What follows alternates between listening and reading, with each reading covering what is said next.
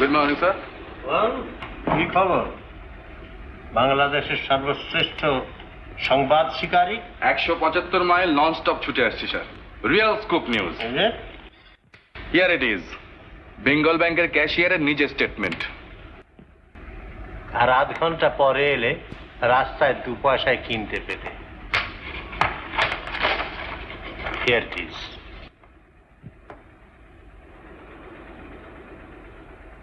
ও পেয়ে গেছেন? কে আনলো স্যার?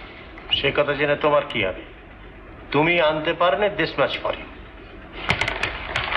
নিয়ে যান। শুধু স্কুটার নিয়ে ছুটোছুটি আর লম্বা লম্বা কথা। আজ পর্যন্ত সত্যিকার একটা চেষ্টা তো করি স্যার, কিন্তু এ লাইন তুমি ছেড়ে দাও।